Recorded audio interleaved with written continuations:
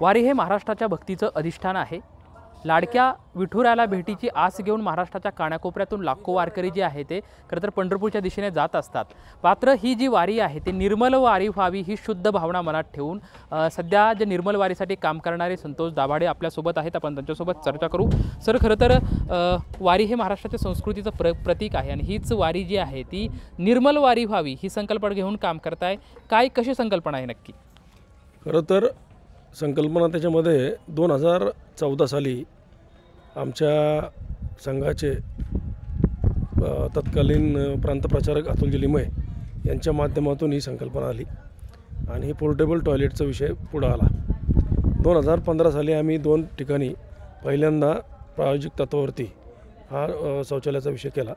तो 70 ते 80% आम्ही गावठाण स्वच्छ ठेवला। त्याच्यानंतर मग ते सगळी बनवल्यानंतर मुख्यमंत्री देवेंद्रजी फडणवीस यांना ते दाखवल्यानंतर 2016 नंतर प्रत्येक मुक्कामाच्या ठिकाणी तुकाराम महाराज आणि माऊलींच्या प्रत्येक मुक्कामाच्या ठिकाणी शौचालयाची व्यवस्था करण्यात आली। मग त्याचं आम्ही नियोजन असं केलं की मार्ग केले, तुकाराम महाराजा एक मार्ग आणि माऊलींचा एक मार्ग, अशा दोन्ही मार्गाचे एक प्रमुख केले आणि 3-3, 4-4 मुक्कामाच्या गावाचे क्लस्टर केले आणि त्या क्लस्टरचा एक प्रमुख आणि ज्या गावामध्ये मुक्काम असेल त्या गावामध्ये मुक्काम प्रमुख आणि ज्या गावामध्ये मुक्काम असणाऱ्या गावामध्ये ज्या ज्या ठिकाणी शौचालय लावणार आहोत त्या शौचालयाचे लोकेशन प्रमुख, त्याला लागणाऱ्या व्यवस्था ज्या आहेत, लाईट असेल, पाणी असेल, स्वच्छता असेल, सक्शन असेल, या सगळ्या गोष्टीचे प्रमुख एक केले आणि ज्या ज्या ठिकाणी शौचालय लावणार नाही आहेत त्या ठिकाणी बाहेरून येणारे आमचे जे काय कार्यकर्ते आहेत ते त्या ठिकाणी उभे करायचे आणि त्यांनी वारकऱ्यांना प्रबोधन करायचं, इथं शौचालयाला बसू नका, तुम्ही शौचालय लावलीत त्या शौचालयामध्ये आपण जाऊन गाव स्वच्छ ठेवा, असं ते थोडंसं आम्ही नियोजन त्या ठिकाणी करतो। आणि हे करत असताना पूर्वी काय व्हायचं की ज्यावेळी पालखी गावामध्ये यायची तर पालखीचं स्वागत जे आहे ते फटाके वाजवून, रांगोळ्या काढून, फुलाची आतषबाजी करून असं व्हायचं। पण 1 तास 1.5 तासानंतर ते वारकरी आल्यानंतर वारकरी बसले, त्याच्यानंतर मग त्या गावामध्ये व्यवस्था नसल्या कारणानं वारकरी मग उघड्यावर शौचालयाला मूत्र विसर्जित करण्याला जायचे, मग ते गाव पूर्ण अस्वच्छ व्हायचं। दुसऱ्या दिवशी पालखी गेल्यानंतर त्या गावामध्ये अनेक लोक आजारी पडायचे आणि विहिरी असतील, पाण्याचे जे सोर्स असतील त्या ठिकाणी पाऊस असल्या कारण पाऊस पडला ते झिरपलं की ते सगळं त्या विहिरीमध्ये बोरमध्ये जायचं आणि मग ते पाणी पिल्यानंतर लोक खूप आजारी पडायचे। मग ती जी लोक आहेत, ज्या गावाची नागरिक आहेत ते थोडेसे नाराज व्हायचे। तर आमचं उद्दिष्ट हे होतं की जेणेकरून ज्या भावनेने त्या पालखी सोहळ्याचं स्वागत केलं त्याच भावनेने निरोप देताना देखील त्या गावामध्ये अशी सगळ्यांची भावना असली पाहिजे की माऊलींचे वारकरी आले, तुकोबांचे वारकरी आले आणि आमचं गाव स्वच्छ करून गेले, भक्तिभावाचं वातावरण त्या ठिकाणी चांगल्या पद्धतीने झालं, असं आमचं उद्दिष्ट होतं, ते साध्य झालं। ठीक आहे। आता जगद्गुरू संत तुकाराम महाराज पालखी सोहळा आणि ज्ञानेश्वर माऊलींचा पालखी सोहळा याच्यामध्ये साधारण टॉयलेटची संख्या किती असेल? तुकाराम महाराज पालखी सोहळ्यामध्ये 1200 टॉयलेट आहेत आणि माऊलींच्या पालखी सोहळ्यामध्ये 1800 टॉयलेट आहेत।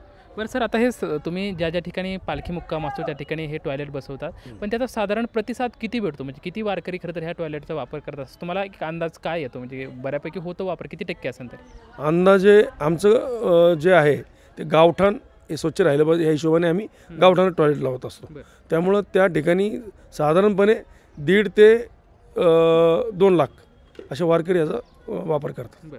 खरं तर वारीच्या माध्यमातून प्रत्येकजण आपापली सेवा करत असतो, आज वारकऱ्यांची सुद्धा तुम्ही सेवा करत आहे, काय मनात सेवाभाव, काय भावना येतात? अनेक जण पांडुरंगाचं दर्शन घ्यायला पंढरीला जात असतात, पण आम्ही स्वतः आम्हाला असं मानतो हे लाखो पांडुरंग आमच्या बरोबर आहेत, त्यांची सेवा आम्हाला करायला मिळते आणि आजपर्यंत आमच्या कार्यकर्त्यांनी कुणी पांडुरंग दर्शन घेतलेलं नाही, पण ह्या पांडुरंगांचं रोजचं आमचं दर्शन होतं, त्यांची सेवा करायला मिळते, प्रत्यक्षात भगवान पांडुरंगाचं सेवा करायला मिळते, असं आम्हाला भावना या ठिकाणी व्यक्त करायला। आता आगामी निर्मल वारीचं काय उद्दिष्ट असेल? निर्मल वारी आता ज्या पालख्या राहिलेल्या आहेत, ज्या पालख्यांमध्ये शौचालयाची व्यवस्था नाही त्या पालख्यांमध्ये आम्ही सगळ्या पालख्यांमध्ये ज्या ज्या पालख्या पंढरपूरला येतात त्या सगळ्या पालख्यांमध्ये निर्मल वारीची व्यवस्था आम्ही करण्याचा प्रयत्न करू। वारकऱ्यांची सेवा करतोय हेच आम्ही पांडुरंगाची सेवा होती अशी भावना जी आहे ते संतोष दाभाडे जे आहेत ते व्यक्त करत आहेत। कॅमेरामॅन अभिजित पिसेसोबत लक्ष्मण जाधव, ट्यून9 मराठी, बोरगाव।